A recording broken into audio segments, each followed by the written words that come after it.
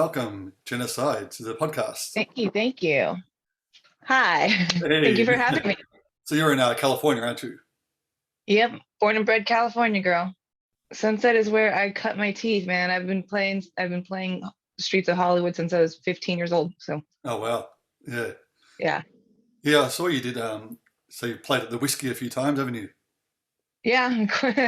More times than I can remember, actually. Yeah, because we were supposed to go there when we were there to see was it Collective Soul? I think it was at the time, Nice. and Wow. got cancelled. So yeah, Well, that sucks. yeah, I traveled halfway around the world to come and see you guys, and then the show got canceled. yeah, That sucks. That's the one thing about the music industry, though. It's give or take, honestly. We all, like us as musicians, we really had to learn how to, especially with the pandemic, had yeah, to learn how to navigate those ups and downs because the pandemic put us all on hold. But all of us had at least 2 years worth of touring that we had to postpone, or things got canceled, and just had to find other ways around it. yeah. So I noticed you did a lot of acoustic shows, didn't you, during that whole pandemic? I did. You saw like that. Yeah, I did. I'm a creative. I have to find a way to perform. If I'm not able to perform, it was a lot of pent up aggression. So I took it out on learning other people's songs and trying to perform 'em for my friends, you know, and perform them for the fans and do something to entertain everybody while we're stuck on our couches for 2 years. Yeah, that's right. As the pandemic progressed and we all learned how to uh, maneuver our jobs and find other ways to make means happen. Like I started going to the studio more and getting. I was one of those musicians. I'm fortunate enough, like you are, to have your own home studio. So I was able to work remotely over time, like because I do Paradise Kitty, but I also I'm a vocal teacher, and I'm also a caregiver too, which is a big thing. Like I worked in the health field along with it all, and I was really needed for that. Mm. And then also I work for iHeartMedia, so I was able to maneuver my way through it. But those first couple of months were kind of rough. Yeah, yeah. Yeah, Oh, that's great. So you got a few things on the go then. yeah, yeah. Yeah, jack of all trades. Yeah, yeah, that's excellent. So did you find during the whole pandemic it gave you time to do more with your music as far as like for yourself? Um, yeah, doing those acoustic shows was it was a opener because I've ignored my guitar for quite a few years, seeing that I'm a singer first and foremost. Yeah, But it really opened me up to learning other people's styles of music. Because what I would do with those shows is I would take requests from other people for the next show, and I would have to force myself to sit down with a song and learn a completely different style. mm, Or if I wasn't able to really hone in on that style, to make it my own. So yeah, it forced me to be a better musician, is basically what that did. It forced me to be a better musician, yeah, which which I don't mind now. Now I've got an arsenal whenever I want to pick up the guitar for a party. Go, hey guys, look at this song I know. yeah. That's right. Yeah, that's good. At least you kept up the guitar playing and singing, which is good. Yeah, yeah. So Yeah. So you always played guitar as well? um I picked up well, I took lessons from my uncle Danny, who is the guitar player for Headcat with Lemmy, and he's also like one of the world's I'm very lucky. I was born into a musical family, and he's one of the world's like most renowned good like rockabilly guitar players. And I was between the ages of 10 and 14. I took lessons from him, but I took Spanish classical lessons. So all my guitar playing is finger picking, and Yeah. it doesn't really call for that in rock and roll so much all the time. So I had to relearn styles and rework my just work my skills, work my skills, and figure out. Well, I'm used to playing that B sharp minor on like this, but I can bar that. Oh Yeah. yeah, I could totally bar that. Makes it Exactly. easier. Yeah, no, it's So good to have that. Like I did the same thing. Growing up, I studied classical guitar with a teacher. Plus, I had the rock stuff as well. But yeah, I think it's really helped though, having the classical there, and just to break songs down and go into that finger style now and then. It's really good to have. Exactly. Mm. I'm not so bad with my arpeggios, but especially because I can use both hands Yeah, and I yeah, can really get them going instead of pick. exactly. Yeah, that's right. No, I think it's great, and yeah, it's Yeah, and once you're able to find a way to meld the two, I mean, you get some of the world's most well-renowned guitar players. You exactly. know, you Yeah, get people like Eddie Van Halen. yeah, He learned classical first, so yeah, yeah. No, he's one of my favourites. yeah, ditto. Yeah, if I could show you my outside wall here, I've got a wall. Uh, Uh, you let's know just what? When we're there in Australia, I'm gonna have to come over and take a tour of all your awesome guitars and play them, yeah. each and every one of them. I've actually got my letterbox is painted the stripes as well. Oh, it's rad. Nice.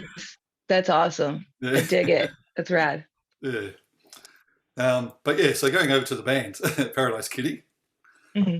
So Yeah, sorry. Yeah, I'm a that's all right. talker. No, that's good. How long have you had it going for?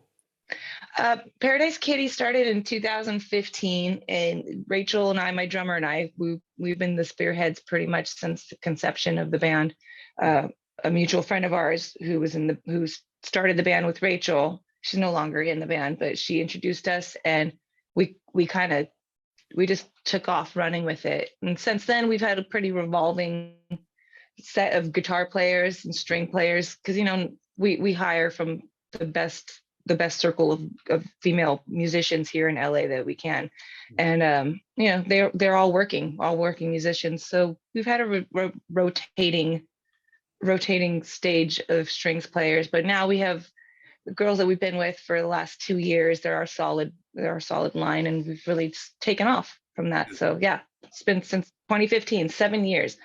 That's a big chunk of my life. I Yeah, didn't realize it's been that long. yeah, yeah, that's right. Yeah, no, it's just I think those last 2 years just like added at least 2 years, just like that. Yeah, right. Yeah. So we basically have been together for 5 years playing. Yeah, We yeah, just had a 2-year vacation. yeah, yeah, exactly. Yeah, but your lead guitarist is it Ariel? Ariel, yeah. Ariel, sorry, yeah, Ariel. Um, but Yeah. she's been in the band for quite a while, hasn't she? Yeah, she's been with us since 2018, or actually since 2017. So she's been there. She's been our go-to girl for a long time, man. She's amazing. We Yeah. love her to pieces. She does things that I've never seen guitar players ever be able to do. So she's my little Oh, pocket rocket. I call her my little pocket rocket because she's this big, but man, she's an explosion. yeah, yeah. I've seen that. I've seen some of the live clips where she's like doing these gymnastics while she's playing and Yeah, crazy. yeah. She's she's a that's how the end of her audition video for us. She ended in a full split, and she was wearing a little tiny top hat. And Oh yeah, like, I think I want to go with the little one. I want to go with her. yeah, She puts on a performance. yeah. Yeah, no, she's great. I think I saw there's one on YouTube. I saw of you guys. It was like a little duel. I'm knocking on Oh heaven's yeah, door. Where she'll yeah, do something, you'd come out, and yeah, it was really cool. yeah. We like to have fun with each other. That one's different every night too. It's Yeah. never the same. Something something wacky always ends up happening. Like, she likes to crawl between my legs sometimes, and then I'll just end up sitting on her. Like, we have fun. Yeah, yeah, But, she's become my better half up on stage when it comes down to it all, because you have to have that singer lead guitar player like dynamic. If not, then I mean yeah, that's 2/5 of rock and roll right there. yeah. And especially in a Guns N' Roses tribute band, having that Slash and Axel. And exactly, Yeah, exactly. And we try to, I mean, we do it differently, but we're girls and we kick ass doing it. So we have yeah. a good time. Yeah. No, it's great. I mean, what I've seen on the live clips. Unfortunately, I didn't catch you last time here in Australia, but hopefully I'll see you guys here later on in the year. Hell yeah, you better be there. I'll be looking for you. Yes, for sure. Because I went and saw the Iron Maidens when they come down. Because I interviewed Courtney Cox as well. Had her on the Oh, right on. podcast. Those are our sisters. Courtney fills in for Ariel when Ariel can't make a gig. Oh, But really? Courtney's our first call. Oh, wow. Oh, cool. We tour a lot with them actually here in the States because Yeah. we have the same agency. Okay. So yeah, it just makes sense.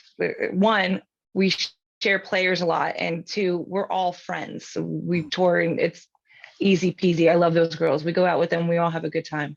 That's great. Yeah, that's really good. Yeah, Now going over to your other guitarist. So now I've got to try and get this right. Is it Hazako Ozawa? very close. Yeah, Hisako Ozawa. Very There good. there we go. So from Japan, isn't she? Yes, yes, she is. She's actually been with us since day one, but she here in the States was working or was playing on a student visa, so she couldn't really travel internationally with us. And we tend to play out of the country more so than here in the States. We tend to travel a lot where you would need a passport.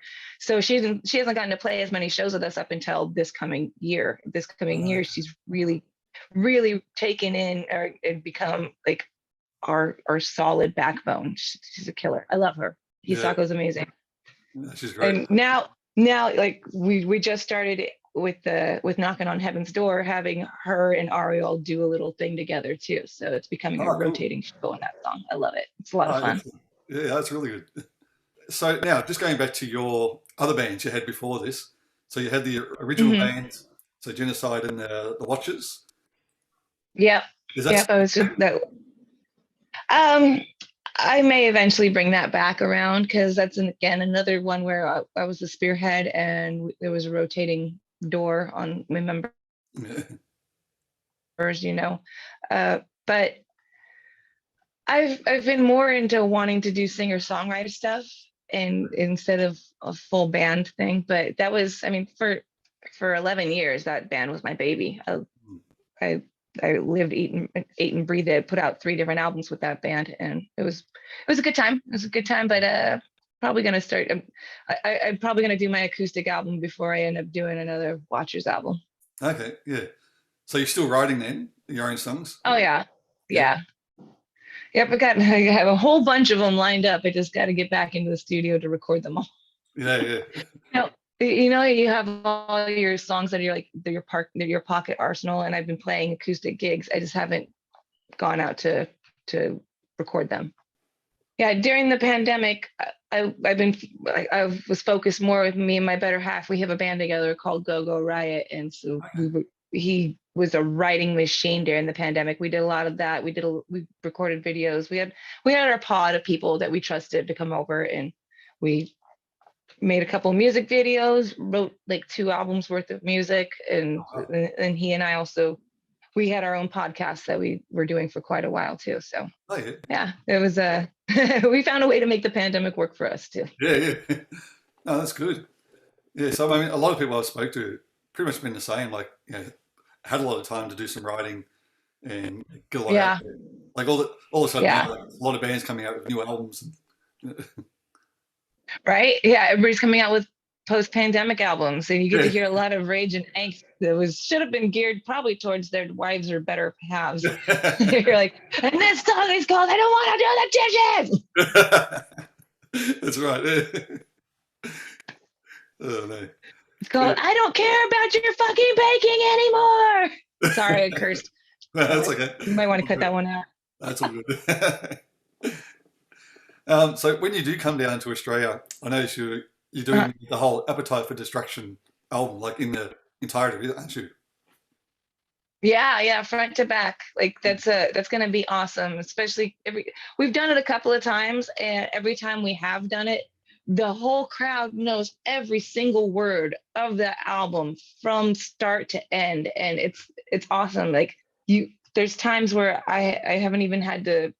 I just put the mic out to the crowd, going, "You guys know the words better than I do." Give you a whole verse, man. Like it's awesome. The energy when we do that, the energy when we do that, it goes off. Like people go nuts over that album, and Yeah. rightfully so. It's one of the best rock and roll albums ever written, complete front to back. You'll listen to it going, "Oh, that's my favorite song." Ah, no, and then you have Sweet Child comes on. Oh no, I love that song. And then you have Think About You comes on, like, no, Think About You, that's amazing. And then it ends with Rocket Queen. Everybody knows every word. Like you Yeah. end up going, no, I think the last one's my favorite. And you're like, there's it's a hard one to pick on that entire album. Which is your favorite? Do you have a favorite, or is it hard to say? Oh, a favorite of on that album. My Yeah. favorite on that album, I think. Hmm, I think it would be Think About You because we don't play it that much unless we do a front to back show like that, unless we do an appetite show. And it was never one of their big radio hits, and it's refreshing to bring something, I guess it's not new, but something that we don't do very much into the mix. And so I always like that one. That one's fun. That Yeah. one's fun. It makes me want to dance a little bit. Think about you, honey. It's fun. It's Yeah. a fun song. Now, do you think, is there anything that you've learnt? I find this a lot with the guitarists when they do tribute bands. They learn a bit about the artist, but Mhm. did you learn anything from, learning all Axel's, the way he sings, that was different from like your style? Oh, way Axel sings compared to me. I mean, I'm a girl, so I have a Yeah. different body composition than he does.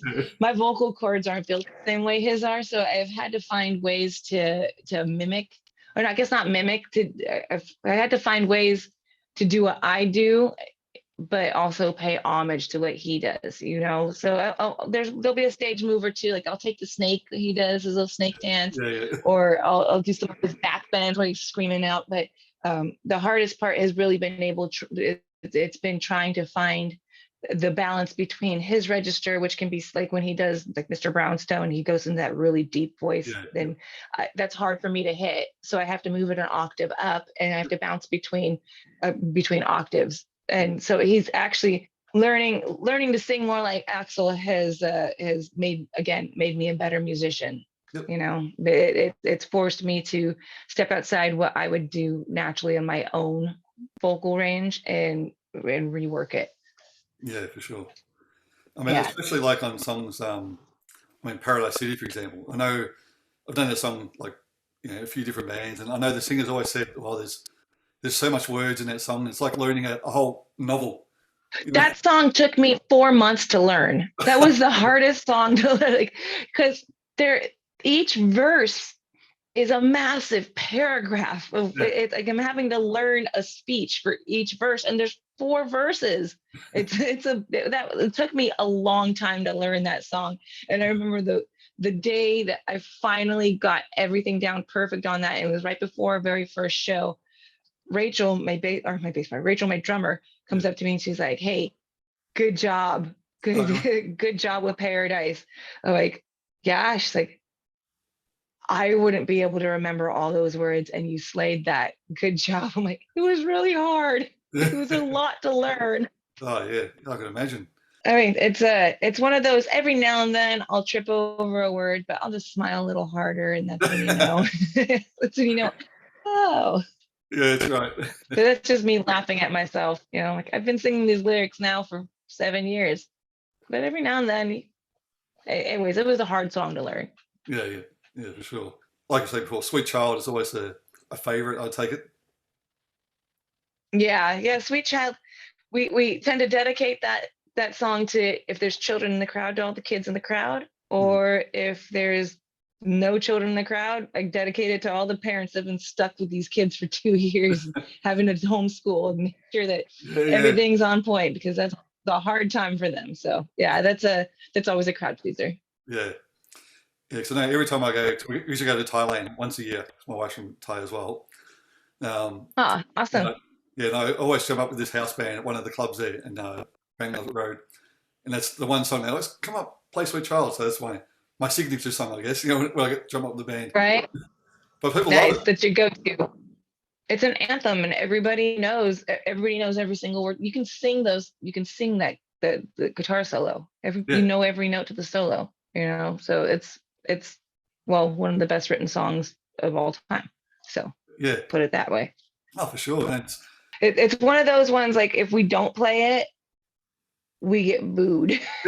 So yeah, they're expecting to hear Sweet Child. We have to play it. yeah, exactly. Yeah, yeah. No, I can't wait to see you guys down here. It's gonna be really cool.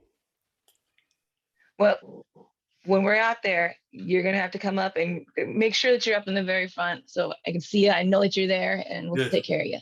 yeah. You'll see the light reflecting off my head. So All good. Yeah, That's I'll be there funny. for sure. Can't wait to rock it out for you, man. It's gonna be awesome. I can't wait to put my feet on. I can't wait to put my feet on foreign soil. I'm just saying that Yeah, it's gonna be nice. Nice yeah. to be out of the States. But no, thank you very much again. I really, really appreciate your time today. And, Yeah, I'll definitely see you down here. awesome. I'm just looking forward to meeting you in person. Yeah, for sure. We will. All All right. right, hon. Well, thank you. Thank you for No, having me. no problem. And I'll, yeah, catch up with you soon.